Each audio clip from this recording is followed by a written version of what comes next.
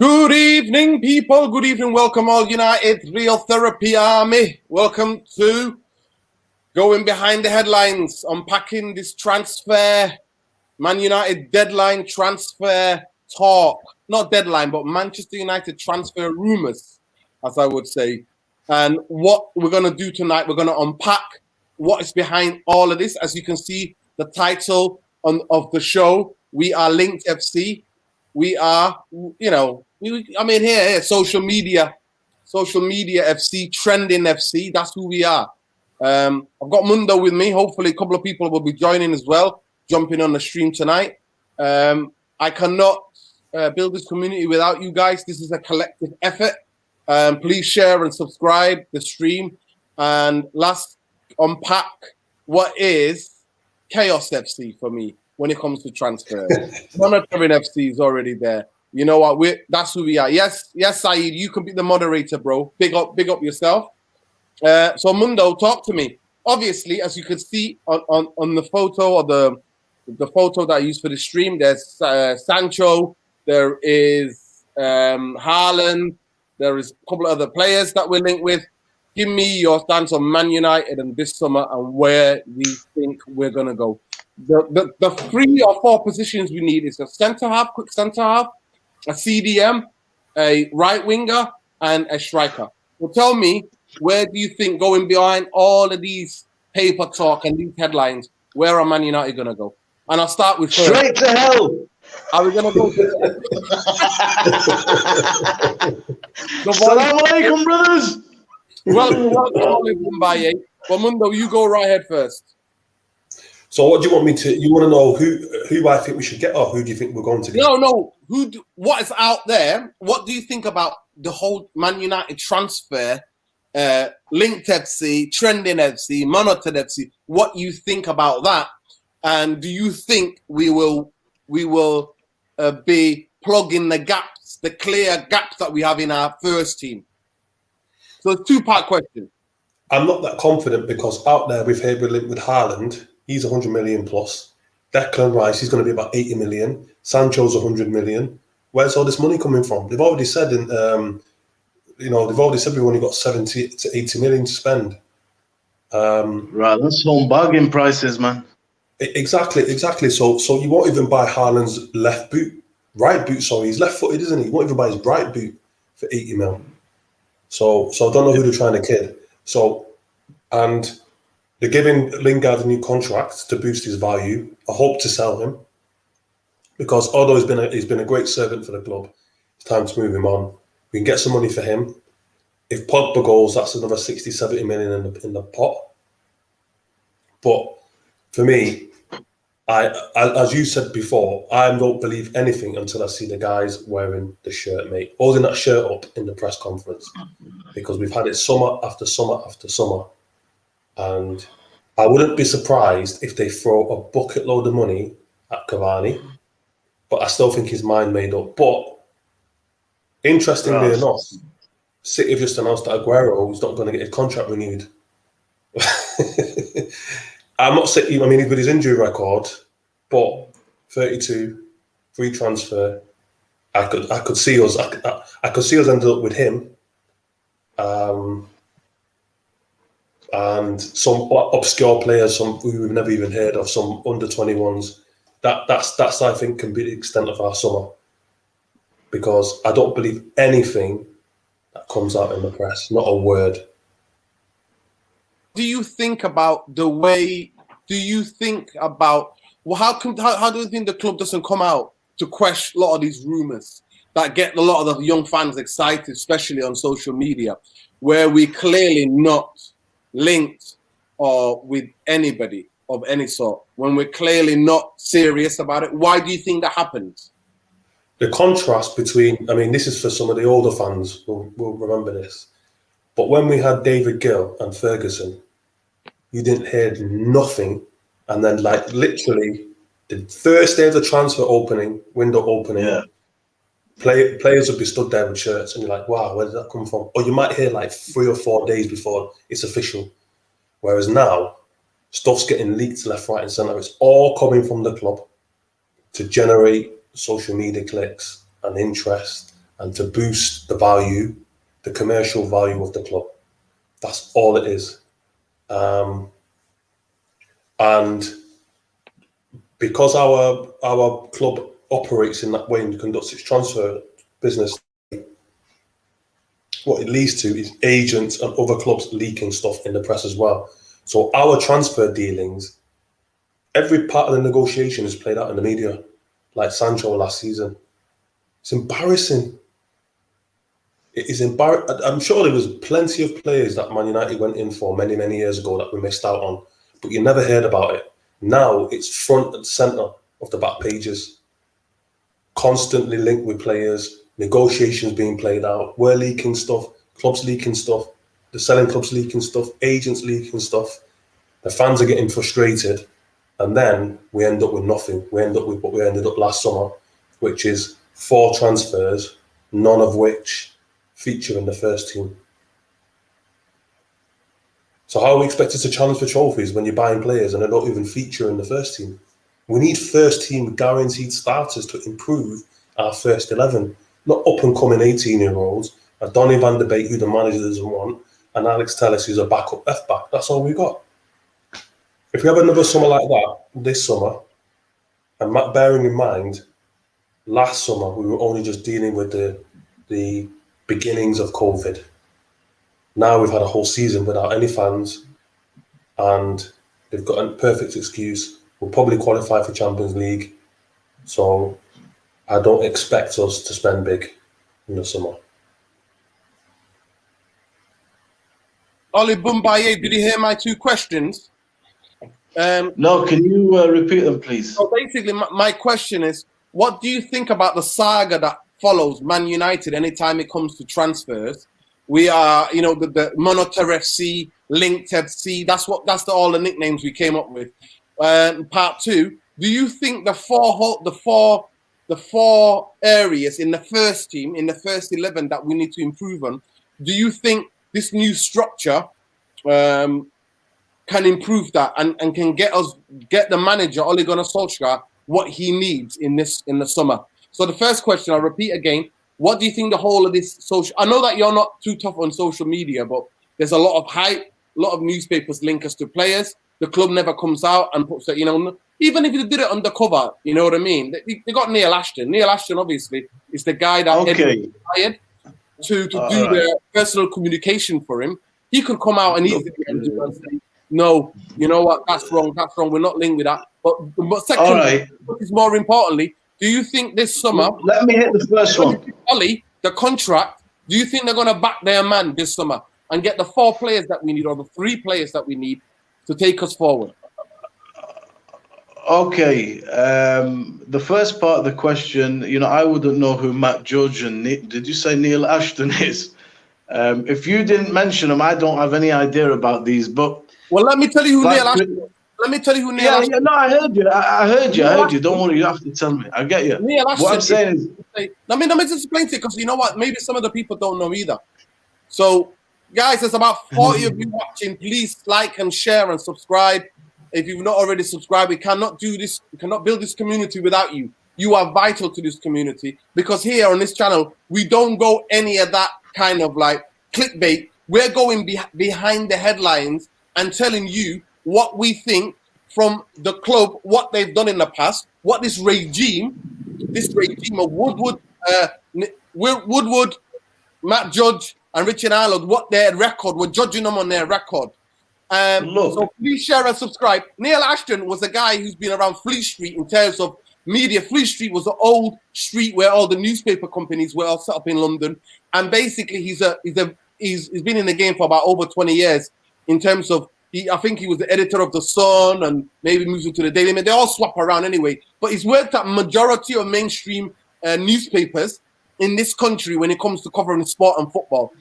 Ed Woodward was the first ever CEO that I know of in this country to ever hire, instead of hiring a director of football, hired a PR guy, a guy who worked in the newspapers, to give him protection in terms of favorable things in the press about him and the Glazers. So that context is needed, guys. We cannot go further. I hate it when I watch things. where people don't give the context. So that's who Neil Ashton is. Oli Bumbaye, I will now shut up and you can answer the question.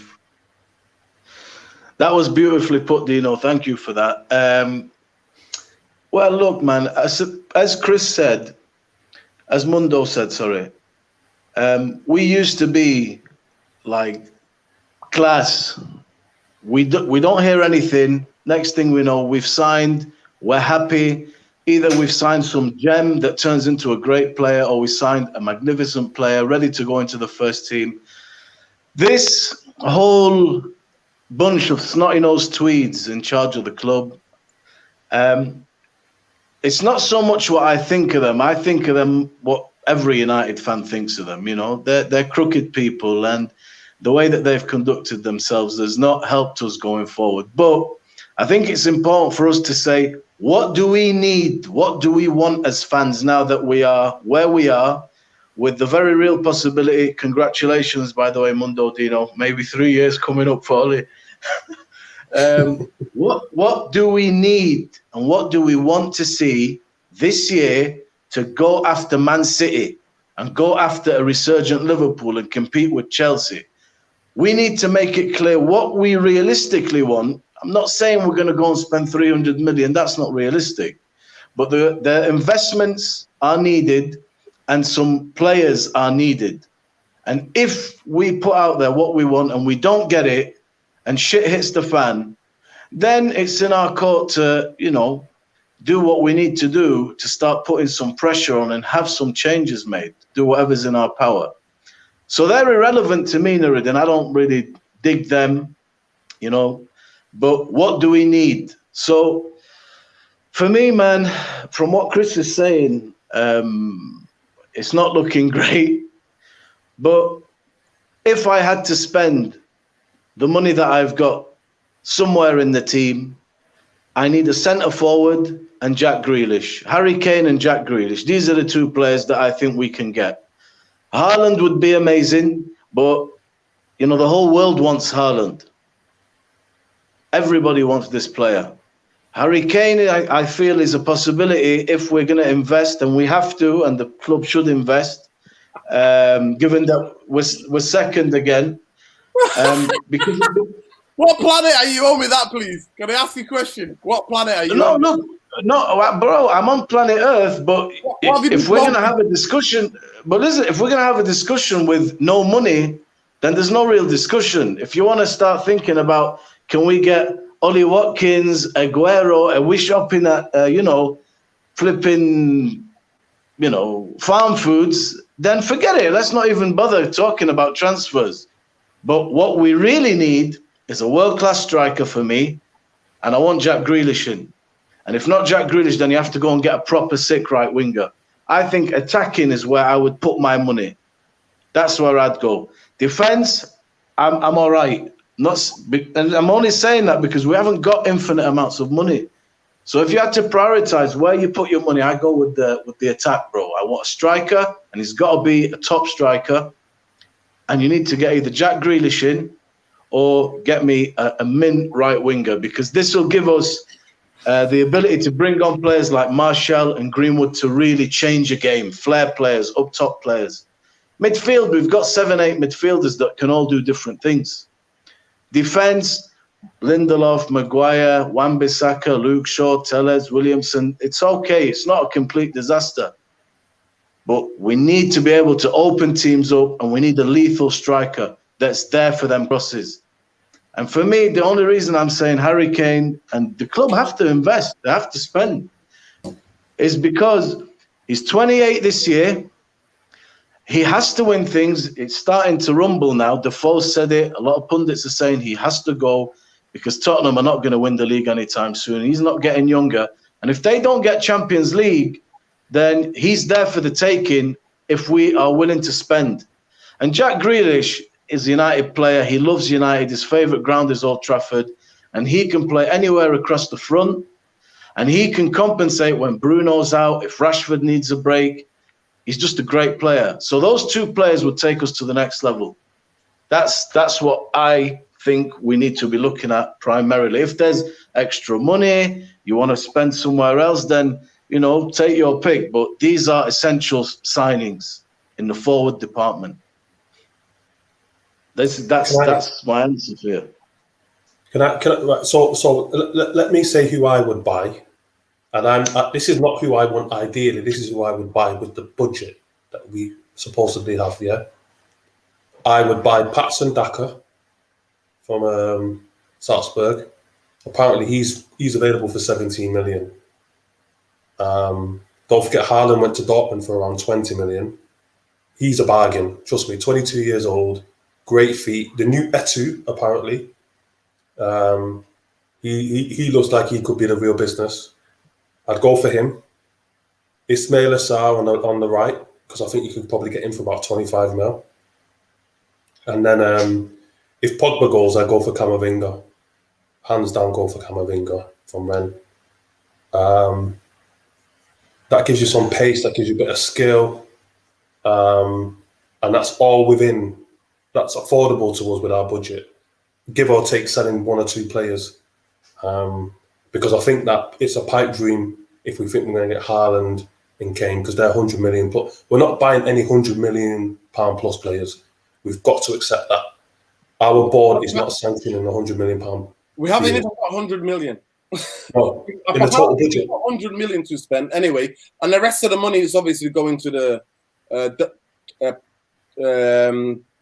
American football team, Tampa Bay Buccaneers. That's where a lot of the money has gone to this summer. Anyway, but I will say to you, I disagree with both of you, and here's why I disagree. I don't disagree with the Danker kid, Kovinga. I don't disagree with him. I think Man United need a centre-half, a quick centre-half, because we've got two donkeys at the back. Donkey 1 and Donkey 2. That's who we got at the back. They determine how the team plays. They determine the way the team sets up how we play. Because unfortunately, Ole Gunnar Solskjaer made a mistake. Obviously, he's inexperienced at this level, and he doesn't have anybody around him to help him. He made, obviously, Harry Maguire, as we know, as his captain. So that means Harry Maguire is not going to be dropped. It will be absolutely ludicrous to understand. That will send shockwaves if Harry Maguire is dropped and the captaincy is taken from him under Ollie's brain. It doesn't matter whether he's 80 million. Of course, there's going to be some people in that boardroom who know nothing about football, all about number crunchers, who run our club. Ed Woodward, Matt George, Richard Arnold. Those three run our club. Three banksters from Bristol University. That's who runs Man United. Glazers are not even in it. Glazers are in America. They don't know what's going on. If you want to know what more, go to Instagram and listen to the rant from Patrice Evra. The Glazers, he says, when you meet them, they're decent, humane people. I don't want to know anything about that. I think it's been too nice for them. They're vultures. They are leeches. They're vulture capitalists, and they've employed vulture capitalists at our club, three bankers who are absolutely laughing at us, taking the mick out of us every day, all the time. I want to go back to that question. I think we need a centre half. That's key for me. Then we need a CDM. So the two positions are CDM and a centre half. Because you know why? They change. Those two positions make a huge difference to the fundamentals and the foundation of this squad, especially the first team. Would you go for Kessie? Would you go for Kessie? I would. No, because Kessie's not a holding guy. He's not really a holding guy. Kessie's not a holding guy. The guy who plays for RP Leipzig, we've linked with him. I mean, we're linked FC. We're linked with a guy, the Austrian guy with the long hair. He's a great player. He's unbelievable. He can play both. Yeah, Sabitzer. Yeah, he's a good passer. He's an unbelievable passer as well. Yeah, he can play both, and he's a leader. He's a leader in that team. He's only got 1 year left, apparently, on his contract. Thank you for Ash for DMing me. He DM'd me the news today saying that he's only got 1 year left on his contract. And he was, and I was like, you know what? He's a fantastic player. Kessie, for me, is some more of a, if Pogba was to leave, because he's up and down. He's like a number 8. But we've got number 8 already. We don't use him. We've already got Van der Beek. We don't use him. But I think a CDM, a specialized CDM, who can be there, who can sit there, and who can protect that. Then, so we don't need two. We don't need McTominay, and we don't need Fred. We only need one player to replace that. they're the two back because I think then a right winger. I think we've not had a right winger since when, Mundo? Since what? Since Valencia Ronaldo. was the last right winger. Maybe 2-3 years. That was it. First 2-3 years, and then he became a right back. So that's what I think we need. I do agree with Oli Bumbaye, the fact that we do need a more attacking, creative players up the pitch, and Grealish is a great shout. Grealish is a great shout. Grealish is a great shout. So, you know, Saeed, man, like Saeed's joining there. Welcome to the stream, bro. We're going behind the headlines. We're unpacking what's going on with Man United. We're talking about LinkedFC. LinkedIn. We're using those words, Monitor FC. And I want to ask you the question. I've already asked Mundo and Oli Bumbaye. I want to ask you the question. Why do you not think the club don't come out and say that we're not linked with these players, other than getting the young fans excited emotionally, playing with their emotions? Most of us are old enough to know and understand that, and our experience. Unless we see the player holding the shirt and signing on that dotted line, the photos, or is him having his medical, we know the player is not a Man United player. So why do you think the club don't do that? And also, do you think the club are gonna bridge the 3 or 4 positions we need in the first team this summer? No, that was an easy one. No, but in terms of the first question, I think it's all part of the model. It's all part of the business plan.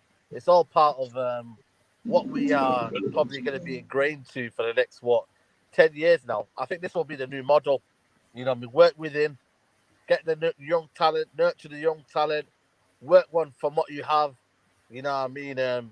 Try and see if you can work on limited resources, you know what I mean, and then build the financial side of the club to sustain the model of, you know what I mean, being a kind of an entity where you're still having that global reach, you're still having the fans there, you're still having the nostalgia, you know what I mean? You can see it right now, you know what I mean? Every minute I'm getting a post from Man United talking about the past, about Sir Ferguson, every minute about the DNA and all that. So maybe this is the new kind of the new kind of mojo. This is the new plan now. It's, you know what? I know we haven't got the footballing side now. We haven't got that available. But let's revert back to what we were or where we were, and let's just become a kind of a theatre where you can go in there and you kind of see the kind of history of what Man United are, and that's what we can do now. And you know what it is, yeah. Maybe a fan like me has to step aside and say, you know what? You know, there's no point me coming out and saying Ollie out this, Ollie out that. When in reality, mate, nothing's really going to change in terms of, you know, reaching the top. You know, they're not willing to do that. If they're going to give Ole Gunnar Solskjaer the contract, as soon as they give Ole Gunnar Solskjaer the contract, yeah, I think that'll be the biggest hint that, you know what, this is the new aim for the club. Bring the nostalgia back and do it the right way. Even if they hurdle, even if they have kind of low points, they do it the right way. And for me, even I'm a very, very impatient guy in terms of football, because I always look at it, I think football is a reactionary game. When you look at it, you realize 38 games a season, there's only 4 cups.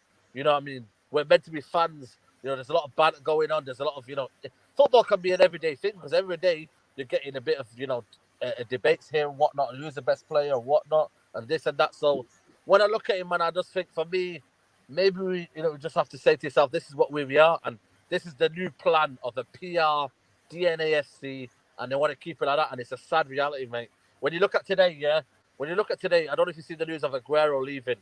You know, there's news of the sadness and whatnot, but there's also like a kind of a light of optimism of saying, you know what, who are we getting next? Who's going to replace Aguero? Oh, Haaland's going to come. You know what I mean? There's a new kind of feeling of optimism, and that's where, for me, that's the difference between what we are right now and what we were, man. We used to be like, oh, Ronaldo's leaving. We're going to get this player. We're going to get that player. Oh, Rooney's about to leave. Who are we getting? And that's the sad reality, mate, where we are, man. And it's crazy, man. I just want to go back before I let you come in, Mundo. I'm going to go back and say the model of Manchester United being linked with every player. I personally believe, this is my suspicion, that Neil Ashton and other media people who are working within the club feed players so that Manchester United is trending. At the last meeting of the Man United shareholders, Ed Woodward gave the quarterly figures for the year, obviously, in terms of the finances, because Man United is a traded company. You know, we are a PLC, or that's what we are. And he basically came out with what's good news. One of the good news part he came out with, he said, we're number one on TikTok. Manchester United is number one at TikTok. So when you hear that, you know that I believe, from that I believe, and from other statements that he's made in the past, he said Liverpool didn't win the league. I think this is about 8 years ago when he came into the job. He said Man United can always be competitive in terms of globally, in terms of seeking new revenue. Man United can always be a club that doesn't need to win trophies for it to be successful or to be current. So so that's when the CEO of the club, the guy who's in charge, because the Glazers are not guys. Glazers own it. They leech off the club to fund their other businesses. But basically, when it comes to Man United, it's like Ed Woodward owns the club. And he basically says, we are big on social media. So I believe the club have got certain journalists who come out with some of the ludicrous stories, especially the big players like the Haaland. So all of the time when you see United linked with Haaland, United linked with Mbappe, United linked with like high profile players, all you need to do is think, this is the club that's linking these stories to the club itself. It's an inside job, basically.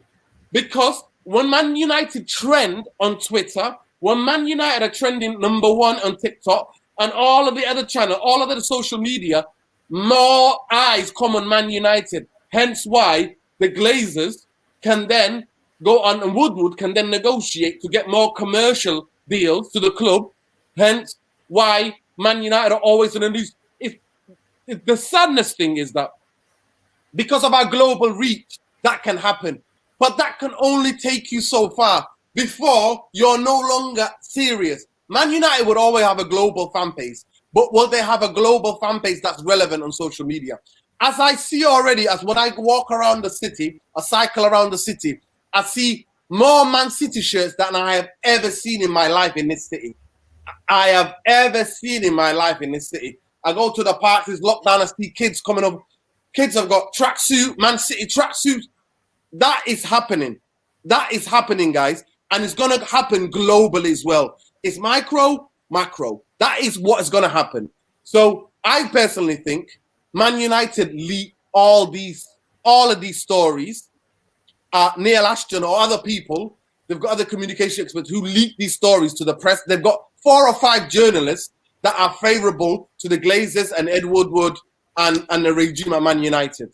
And that's what they do. So hence why media traffic.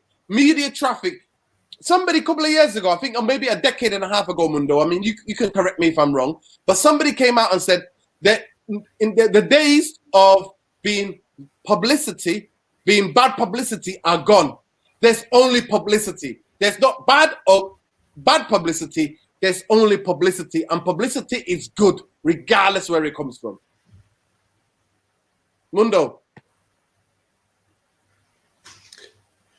Well, look, I think that the problem we've got, I know we've done a podcast on, we talked about the structure of the club and everything else, but the end of the day, the same people who were responsible for transfers last summer and the window before and the window before and the window before are the same people responsible for the upcoming window.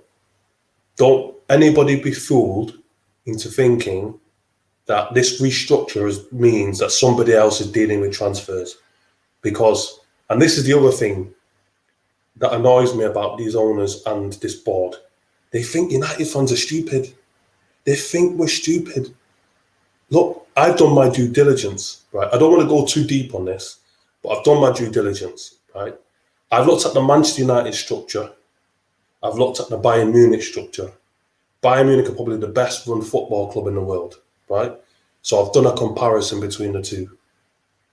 When you look at Bayern Munich, so you've got the board of directors, but within that you've got the management board. The management board run the club.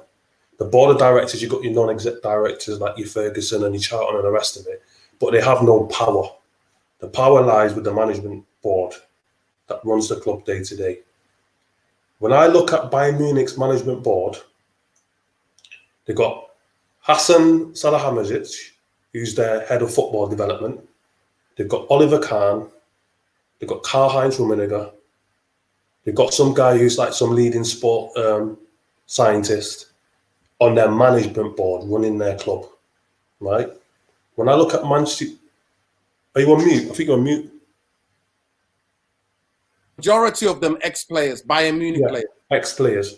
So you look at Manchester United's management board. It's five Glazers: Ed Woodward, Richard Arnold, and surprisingly, a director of football operations, right? So there is a director of football, but he's a financial director. Where's John Murtough? He's not on the board. He's not on the management structure.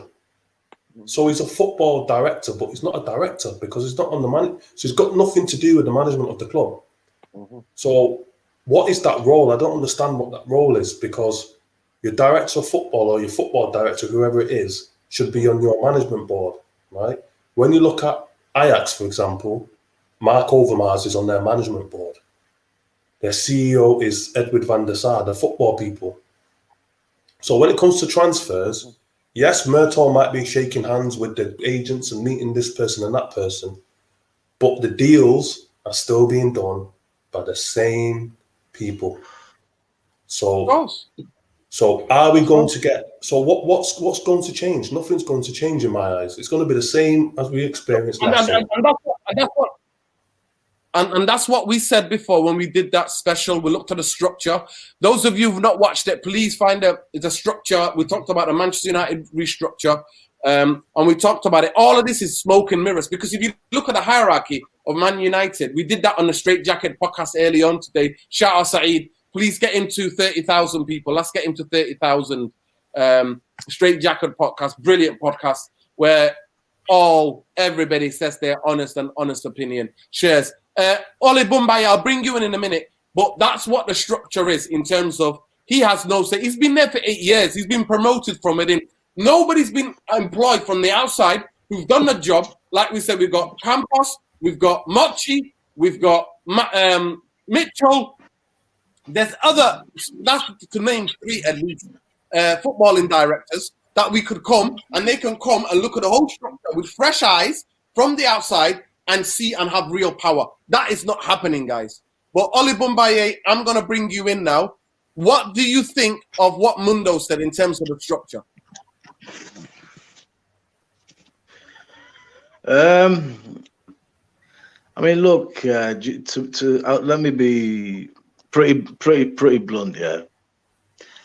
I don't really, a lot of the stuff that we're saying, there's credence in it and it might be right, but there's a lot of speculative information. For example, Manchester United are linked with every single player, every single season, because everybody does want to play for Man United. A lot of clubs want to play for us. We can pay, they get global exposure.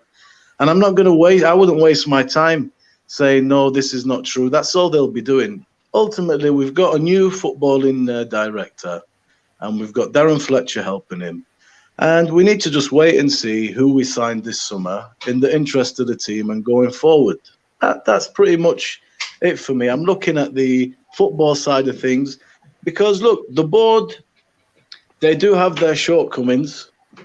They need to this season follow through because Ollie's done a pretty good job. Obviously, style of play and all that, I get it. But we're finishing where we're supposed to finish. Last season, we did really well with what we had. This season, we're second. We might win the Europa League. We might not. So he's doing his job in that sense. So they have to follow through and make good on their word, on their part of this bargain for this team to move forward. So they should. I mean, I know you guys are putting out a lot of names, but for me, we've done that kind of thing before, signed these young players. Yeah, they could be good, they might not be good. And if it doesn't work out well, it was only 20, 30 million. I'd like to see the board really make a statement. You know, we came second, players are improving. There's a nice unity now. You know, that dark cloud that's been hovering over United for so long is gone, guys. Used to just, the whole aura of United disappeared for like 3-4 years. Now it's back. You see the players are happy. We're just looking on the pitch. That's where the deficiencies are. But the board do blow money some seasons. You know, Van Gaal got a lot of money, Mourinho got a lot of money, but they're just not following through. This is the third year, the first time any manager is going to have a third year in the last 8 years. So follow through, pay big money, you know, show us that your intent is there to really, you know, they can show the fans this season now, this transfer window, if they go and blow 200 million or 180 million, Harry Kane, Jack Grealish, in you come, get some real names in there, you know, make a statement of intent. We get those two players, we're set to go again next year, proper. But if you go and buy 5-6 players for 20-30 million each, maybe, but we don't really want maybes anymore. Do you know, these players... I agree with you. We need first-team players. If we're going to buy anybody, we need to go and buy first-team players. That's what I mean. That's what I mean. So, the board... bro, I don't want to waste too much time on these guys. I don't know them personally. Do you understand what I mean? They're irrelevant to me. I'm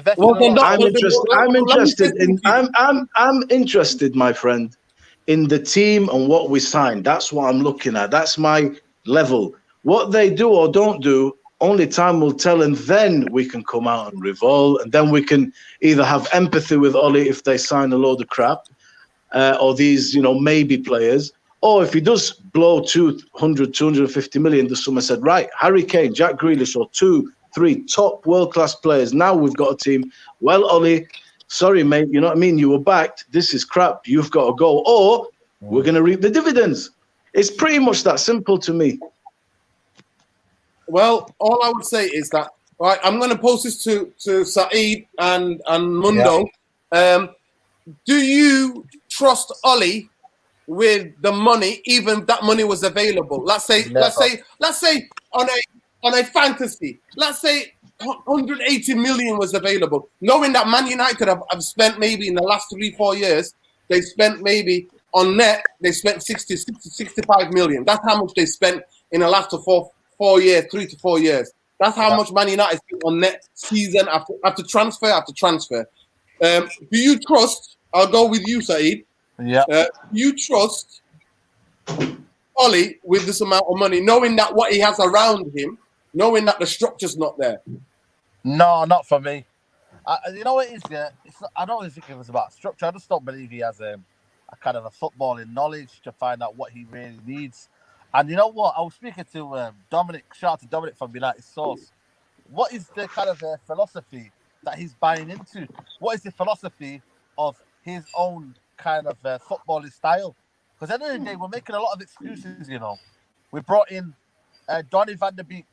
He doesn't know how to use him. So we brought another player in, and all of a sudden in about 2 months, he can't put him in the squad.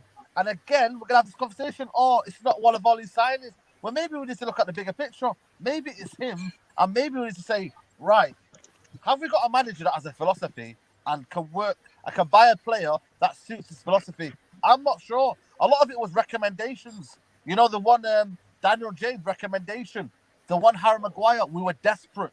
Right back, we were desperate. So how many of these signings fitted the Ole Gunnar Solskjaer philosophy? I'm not sure, you know. Like, I really, really can't say which signing has made him think, oh, you know what? That's even Cavani. Who would have thought Cavani? I know you know he was saying there, he was like, what's going on here?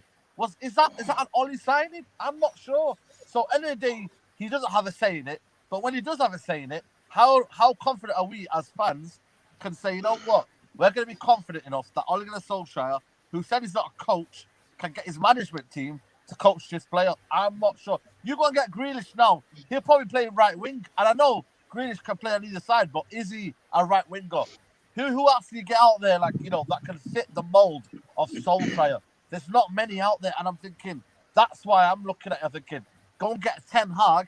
He'll say, you know what? I need this player. And he'll be looking at more quality rather than quantity. Because you can spend all the money you want. If you're not using the players, There's no point. You know what I mean? Like Matic not been used, Kwan Mata not been used. You know what I mean? Shout out to Kwan Mata, by the way. Condolences to his you know, his mother passed away. You know what I mean? So for me, it's I'm the word of not trusting a manager with money is sometimes it can be a bit ludicrous because at the end of the day, I'm not qualified in that position. But I need to know what the philosophy is, and I don't know what Ole Gunnar Solskjaer's philosophy is. I'm sorry. To buy players under what structure, what kind of style of play, I don't know.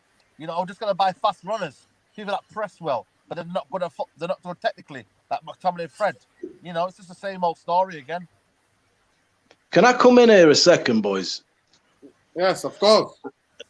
Bro, guys, you know what? I think it's nice to make some headway in these discussions and deal with the root cause of the issue. Go to the root of the problem.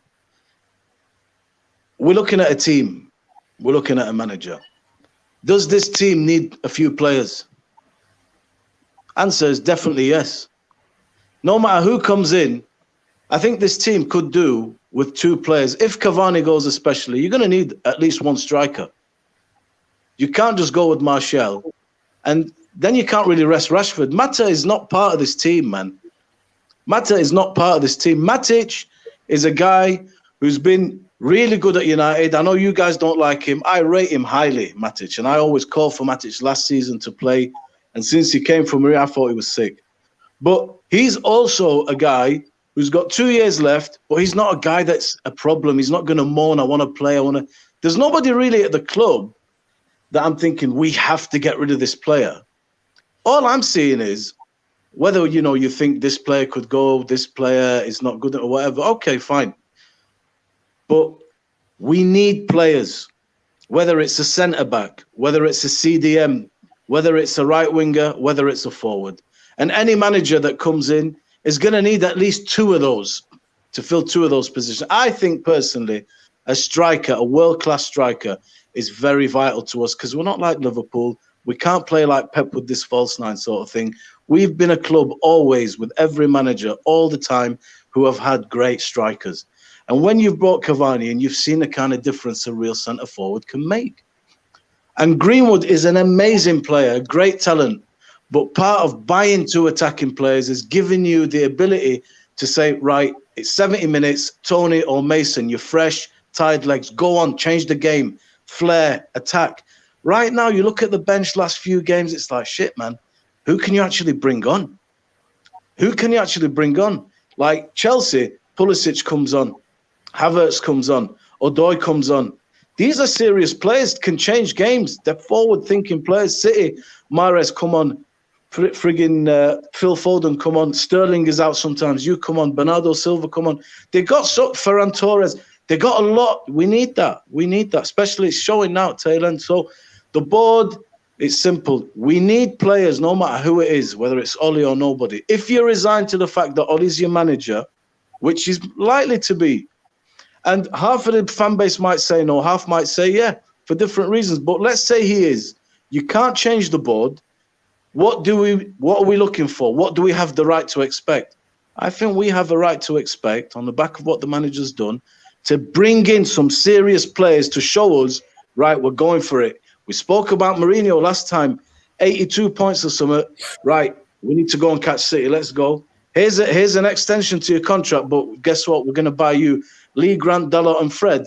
Come on, man. Even if you hate Mourinho, yeah, which many people do, no problem. It's not a popularity contest. But you're looking at that and thinking, you're not serious about winning this league or catching City with Fred, Dalot and Lee Grant. Come on, man. Now we're second. Let's strike. What makes you Spend think? your What money. makes you think they've changed? What makes you think they've changed from the not backing Van Gaal? Van Gaal came out clearly and said but that look, he was giving fourth choice players. There was a list of players, and okay, he never get the first choice, third choice. He will always get the fourth choice. Okay, but some of those players on Van Gaal's list were Neymar and Bale. You can't just go and have these players. Bale's on 600,000 a week. Neymar's on 900,000 a week. So Van Gaal has to be a little bit realistic. Although, when you look at Van Gaal, I was a big fan and I would have given him a third season. You know that. We spoke about that a lot. I agree. But Van Gaal, I agree. yeah. I thought Van Gaal played really nice football from the back. The last third, we just couldn't do anything. And he had 12 injuries at one point, and a lot of the players he bought were not bad ones. They were good players, but they just let him down. Depay was a letdown. Schneiderlin was a letdown. That was a bad sign. Letdown. Luke Shaw was amazing until he got injured, and it was just hard. So, but Van Gaal, if you remember, boys, one thing this board does have, we have to give them, they do blow some money, but the problem is they blowing it literally on shit with no long-term plan. Yeah, because of no squandering. Okay. So now you've got a director. We have to give it a chance to see what we signed. This is what we said last time. There's no point in the voice. Let me jump in here, right? The problem is that he's not a proper football director. That's the issue, because people in the comments have mentioned Ralph Rangnick. There's Louis Campos. These guys are proper football men, right? And if you hire those guys, they have to be on your management board. They have to take control of all footballing matters. John Murtaugh does not have control of all footballing matters. See that from the structure, right? The thing is, 1 second. The thing is, right, is the question was, do we trust Ollie to make the right signings? For me, we shouldn't even be asking that question, because I don't think it should be just down to the manager, because managers come and go. Man City, I guarantee you, if they get rid of Pep Guardiola, they'll get a manager with a similar philosophy, and if you look at City's recruitment compared to Man United's recruitment, we mentioned Ferran Torres and Foden and Sterling and these types of players. They're all very similar in their attributes. That's how they recruit. Look at how we recruited last summer. We bought Alex, what's his name? The left back we just bought. Telles, right? He's nothing like Luke Shaw. Nothing like Luke Shaw, right? Look at our right wing. We've got Mason Greenwood, who's completely different to Dan James, right? The only position where we probably have two similar players is on the left wing if you play Martial or Rashford. They're the only two players that are similar. Our midfield, you take Pogba out, you put Fred in, completely different player. Matic is completely different to McTominay and Van de Beek. The squad is a mess. If you want to compete, you need to have like for like, not the same quality, but the same attributes. So your team doesn't have a drop in quality because you take out Bruno Fernandes, who plays one way, and you try and play Donny van de Beek in number 10, who plays a different way. It doesn't work. That's the problem. So do we trust Ollie? I'm not so sure, because you can throw around names like Grealish and Harry Kane, but what's the system that they're going to fit into? That's not clear, is it? It's just two individuals that you're throwing into a team that hasn't really got an identity. So they just, they might flop hard like Di Maria. They might flop hard like, we bought big players who came in pedigree, like Di Maria and these types of players were world class. Alexis Sanchez, when we signed him, was, in my opinion, up there with the De Bruynes and those type of players. Right? He was single-handedly carrying Arsenal. We signed him and we stomped the place out. Because he was with the worst signing. He was with the wrong manager. I'm just going to go to Saeed for his final comment. Saeed, as we look beyond the headlines, in the early days when me and you were on your channel on Saeed TV, United Central, the whole name now Saeed TV, you used to get giddy. The word I used to use was to get giddy about transfers. Have you come to my side of thinking of transfers? And what do you think the board are going to do? What do you think? Do you think the backing will be there this summer? I know that you have to do another stream, but I appreciate your time and coming on here. My two pence is this. My two pence is this. Okay, the board are not going to back the manager. I understand that.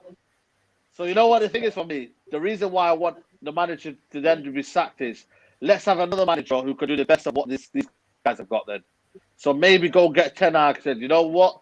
You got this players now for a year. Let's prove what you've got and let's do that. That's my kind of 2 pence on it, my kind of satisfactory kind of element of what I'm about now. Because I just look at it, I think I don't think they're going to improve the squad massively. I think there's murmurs going on today about not really to buy DM, not wanting to get Sancho and all this and that. So if you're going to do that, then get a better manager who can get the best out of what we've got right now. It's not a lot. I know it's not a lot, and it probably still won't catch Man City and Chelsea, but something that we can build ourselves and say, you know what? Let's build a coaching philosophy. Let's build a coaching, culture to say, you know what? Let's get these guys coaching again, and these guys to know what their best attributes are, how to play out from the back, how to play transitions, how to do all these things. Because I cannot see Michael Carrick and McKenna learning their job again for another season. I can't. It's like, guys, let's get another job and telling them, listen, stay as long as you want in the guest house. I'm done with all that, mate. I just want proper managers. And this is my United Football Club we're talking about. Okay, the manager's not good, but imagine someone saying to the coach of Man United, or saying to someone right now, the coach of Manchester United are Michael Carrick, McKenna, or Mike Phelan. For me, it's embarrassing when you even say that. How can you call that coaches of Man United? So it leaves a lot to be decided. But guys, I'm gonna have to leave you guys. Excuse me, Saeed, I'm sorry, Saeed. Well, listen, one thing you forgot to miss, they are Manchester United DNA. That's what they are. You're missing that. That's the key vital thing at this club, is that you have to be made from the DNA. And can somebody explain what that DNA was? DNA was attacking football. Yeah. What football do we have at the moment? Ultra defensive football. So even from that, if you take the propaganda, the football we have now, thank you so much, Saeed. Really appreciate that. Thank you. Man. Big up, man. Guys, make sure you subscribe. Benefit, man. Big up, man. Yeah, like I said, guys, please, we can't do this without you. This is the therapy, the real therapy, because we're not here to do clickbait. We don't do transfer clickbait. We try to go behind the headlines, and we've got various different opinions. Okay, I'm going to come up to, obviously, it's the last couple of minutes of this show, guys. So I'm going to come to Oli Bumbaye. Can I just I've already asked that question, but if you had the money tomorrow, if you were Ed Woodward giving that money, what 2 or 3 positions would you improve in right now? What I know you said Grealish and Kane. Is that Grealish and Kane? And then I'll ask another question. Who would you get? Who would you get to improve the first team? Grealish and Kane. That's all you need, bro. That's if I've got money and I'm allowed to invest that money, and the 2 priorities for me are Grealish and Kane. For me, look, I'm always outnumbered on this channel, man. I'm optimistic. I really am optimistic. I don't listen. No, honestly, this is why you're on this channel, because the therapy, the real therapy, is given. Yeah. The reality is given, and here you are. Yeah. You give me the hope. We need the optimism. We need the hope. Okay. For me, man, I think this style of play thing, everybody's hung up on. There is some truth in it, but there are a lot of improvements that the team has made and a lot of great performances the team has put in. But what Saeed said, you have to give any manager the money. In my eyes, it is evidently clear as day. You have to buy a striker, and you need at least 1 more attacking player, because our problem this season against your Crystal Palaces, your Brightons, your Sheffield Uniteds, your West Broms, it's not been against the big teams. We've beat big teams, we've lost to big teams, and we've drawn to big teams, but they're 50-50 games. We didn't walk off the pitch with a draw. Hang on. Therapy show. No, we beat. No. We beat. United. No, we've only beaten Man City. That's the only. We beat a Man. Yeah. All right. We beat a Man City. We beat Liverpool in the cup. We drew with Chelsea. We drew with Arsenal second time. No. And they beat us. Arsenal beat us. Yeah. They did beat us. Of course. If we're talking about the league, sure. We've only beaten City. That's the only team out. No Big Six. All right. Okay. We beat City. Let me finish this point. On the other 5 games, we went there with cowardly tactics. Look, listen. Well, I disagree with that. I thought the tactics at Liverpool, where we should have clearly won that game, we minimised them to nothing. Rashford goes through. Bruno has a great chance. Pogba, they have to come and win that game. That's exactly how I would have set up to counter them. We're in the driving seat. That's a difference of opinion, but that's perfect. You've got in the comments. As I see your question, they've said Jack Coleman. Shout out Jack Coleman. He said Grealish to play where? If you want to get Grealish to Kane, where do they play? Anywhere you want. Kane obviously is starting. Kane is up front. End of story. End of story. Kane starts.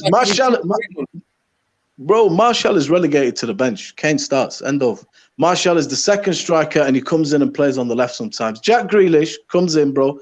You want to play him in midfield as part of a 3 with 1 sitter? He's your guy. You want to give Bruno a rest? He's your guy. You want to put him on the right wing? Watch him for Villa when he pops up on the right wing. Check how many assists he got from the right wing. People have got this thing in their head that, bro, the thing with Jack Grealish is, his game does not change at all, regardless of where he is on the pitch. He doesn't have to play like Pogba as part of a 3 on the left or Bruno behind the striker. He can play anywhere you like him to play. And he gives you that quality. If I was getting for United, and the reason as a right wing, on the right wing as a 3. So I will play 4-3-3. That would be my formation. And listen, Dino, what you've got to understand, I'm not only thinking about the starting lineup, I have got a concern looking at the team. It's thin on people to really have an impact on games. It's thin on quality to come in when there's tiredness and injuries. This guy and Kane, just them 2 signings, they completely solve everything. Everything up front, completely. I don't know about that. All those things. No, bro. What do you think of Maguire and Lindelof? Do you think that's not a problem? Do you think so? Where is Fred gonna go? Well, it depends how you want to set up. Obviously, everybody's got a problem. 4-3-3. So tell me your team. I don't know. No, bro. I don't know how the manager's going to set up. I know why the manager has set up like this, because Man United have changed a lot through the season. At the start of the year, I said to you, we're going to finish 6th or 7th. I think Chelsea and Tottenham, and I think Leicester. I told you this at the start of the year. And we were shocking. The team was a disgrace. I couldn't watch that football. As the season's gone on, that had a lot to do with the lack of fitness. City got 2 weeks. Listen, City, 2 weeks. City had COVID, and Klopp pointed it out. City were in training. They went into a training team, more of the training complex, and trained, even though they were supposed to be on COVID. Right? That's when they used that excuse for. Right? They trained. They basically players got rested. Players trained. Pep Guardiola worked out to have 4, 5. Make the changes for different games. Man United didn't have that. Man United played through. But because we went to the semi-final of the Europa League, we didn't get any preseason. We only had 1 game a week before, and that was against Villa. So that's that's the reason why. And I explained that. I was on all over social media explaining Man United will pick up. Man United will find a better form. But unfortunately, we are suffering because of that. Now, you've spoken enough. I'm going to let Mundo come in and maybe refute or agree with some of your points of view. Look, obviously, in an ideal... Mundo, 1 second. But guys, there's 60 of you in here. Please like and share and subscribe. If you like the video, there'll be more people hopefully get a chance to see the video. Like I said, we cannot build this without you guys. So please like, share, and subscribe to the channel so we can build this real community, because I promise you now, there ain't any fan channels out there that are having this real conversations right now, where people with different points of views are being heard, right? I know Oli Bumbaye thinks he's the only voice, but like I said, it is a therapy. When you go to the therapist says to you, this is what's wrong. I need therapy now, man. This is what's wrong with you. And then he gives you the optimism on Oli Bumbaye in terms of the Oli inners, and that he's happy with what the board does. He's not as critical on the board and the Glazers. He's got his issues with them, but he's not as critical as me and Mundo or Saeed might be. No, bro, no, wait a minute. You're putting words in my mouth. I'm not saying that. I'm telling you, I'm not really interested. I know what needs to happen. We all do. Whether it happens or not, then we can have our little come out and tantrum. Okay. That's what I'm saying to you. Do you know what I mean? Can I ask you this question, but I'll come to you, Mundo? Sorry. We give Oli another season. Man United are played in top 4. Oli might have not been back. How long does this keeping with Oli continue with you? How long do you give Oli? 3 years, 4 years, 5 years? Nah, bro, I said to you this on the last podcast. End of the day, a manager is only as good as his last results and last performances. Do you know what I'm saying? Brilliant. So, because I don't want the people in the day, comments to get construed that you giving support. No, bro. Look, man. No. Look, this isn't blind faith and blind following because I love Ollie. Everybody wants him to do well. It's nice to see the Manchester United old guard is coming back into the team. But Ollie, if he's not backed, then, you know what I mean? Like Mourinho wasn't backed, and like Van Gaal saying getting fourth choice, this isn't conducive to success. Pep needs players. They went and bought a new defence for our entire transfer budget. But if he is backed, and now I can see a team that I think, you know what, yeah, this team should be now with Kane and Grealish, or whether you get Sancho or whoever. I'm an advocate for proper players. No, I don't want these maybe guys anymore. I want to see world-class players take this 11 starting to a dangerous level. And if the board don't do that, having come second, then you have to feel with Ollie. But if it's all going pear-shaped, then I won't have to say anything. He'll go.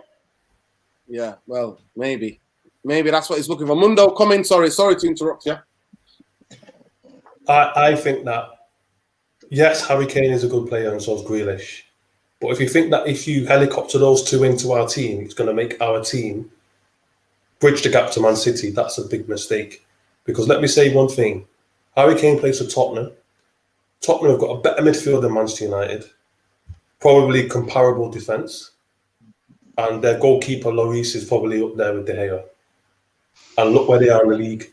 And even Pochettino, with a peak Alderweireld, a peak Vertonghen, right, with good fullbacks, right, because he had Danny Rose and Walker, and he had Eriksen, Harry Kane, Son. He couldn't win the league. And our squad is not as good as that Tottenham, in my opinion, that team that he had in terms of balance. So you can't just put Harry Kane in our team and expect us to bridge the gap. The other thing I will say is, I'm not an advocate of let's just buy £100 million players. For me, Exactly. You get a good system, and you get players that fit that system. And it might be £20 million. What do you need for that? You need a good structure. Yeah. And the thing is, when I see teams like Salzburg, right, they sold Haaland and they replaced him with Daka. And they're getting the same output they were getting with Haaland. Yeah, they're getting the goals. Dortmund do it. They sell players, they replace them.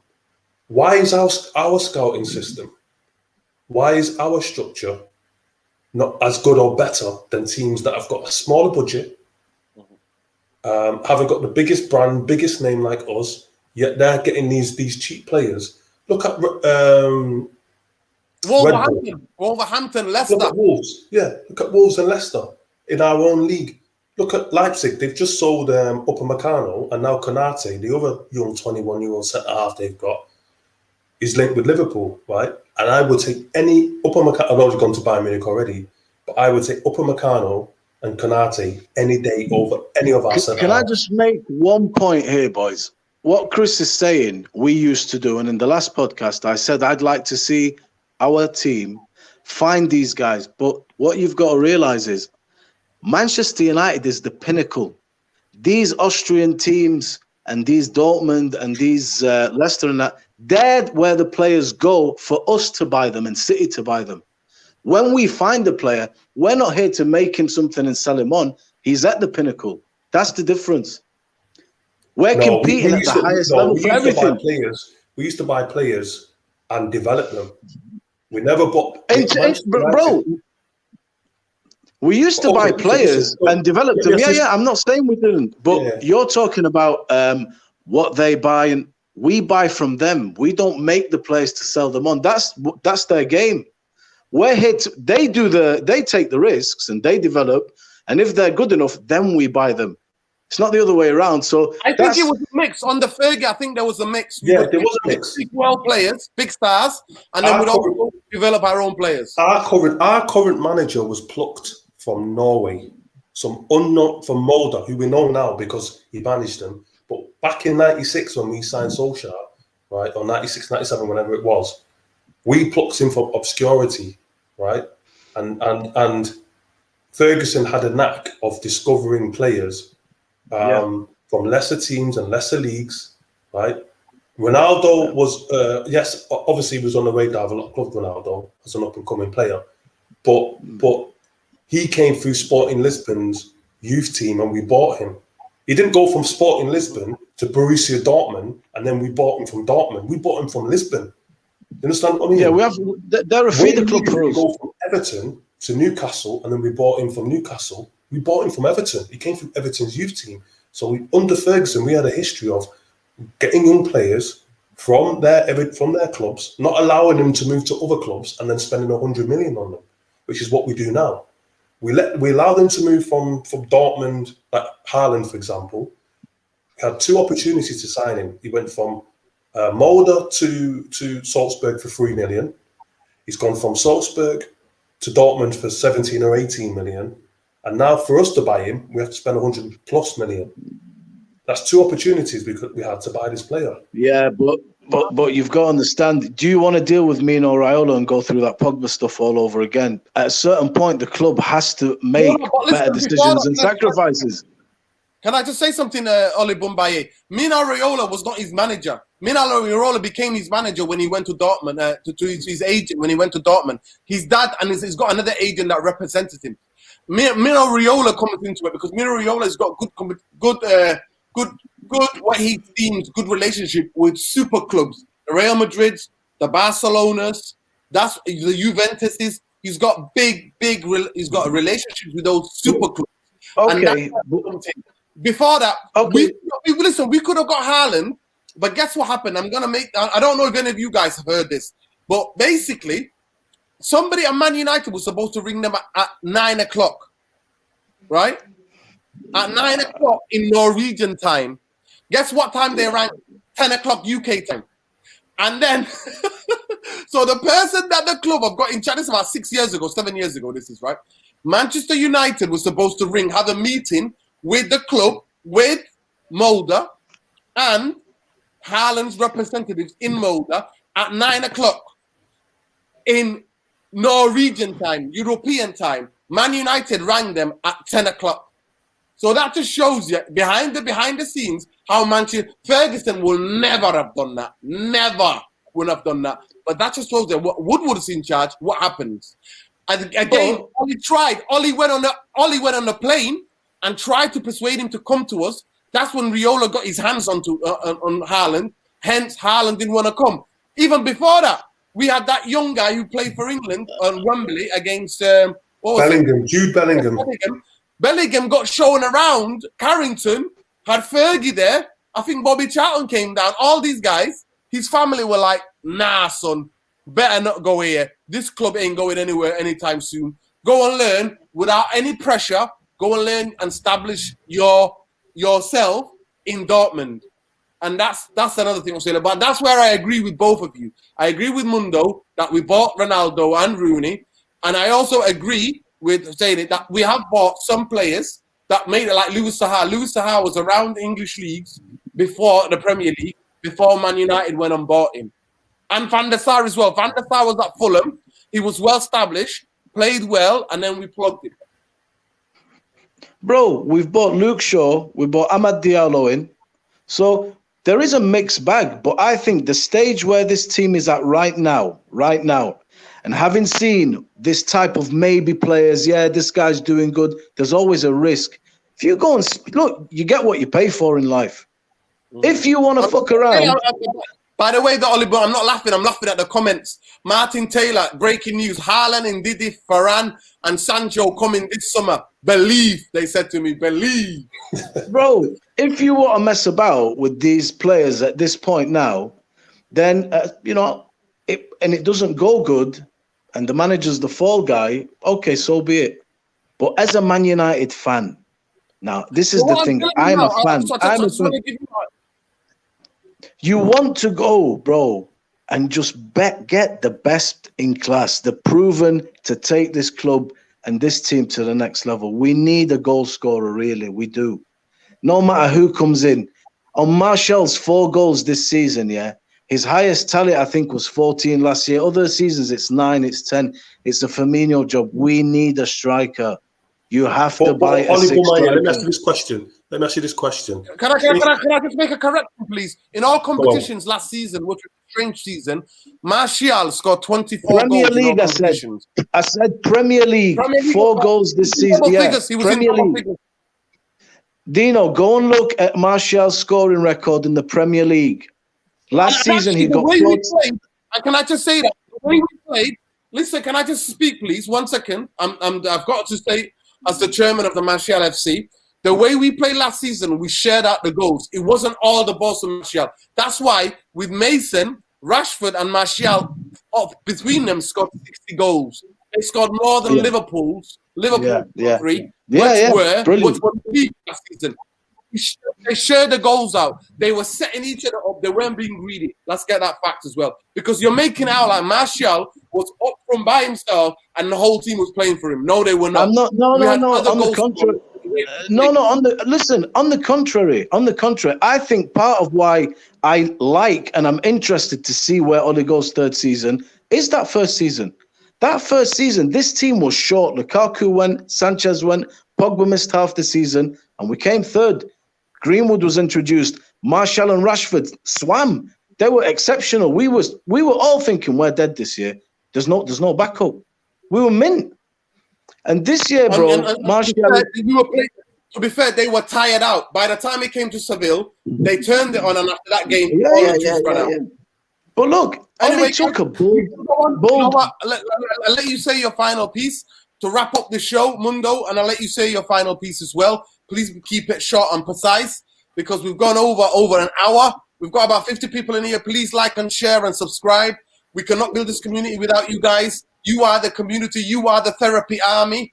Please get a couple of people to subscribe to the channel and tune in for these videos, which are vitally important once we unpack the behind the headlines, especially when it comes to transfers and where we are as we speak right now in the currents, what's going to happen in the summer and what's going to happen with Ole Gunnar Solskjaer. So go ahead, Mundo.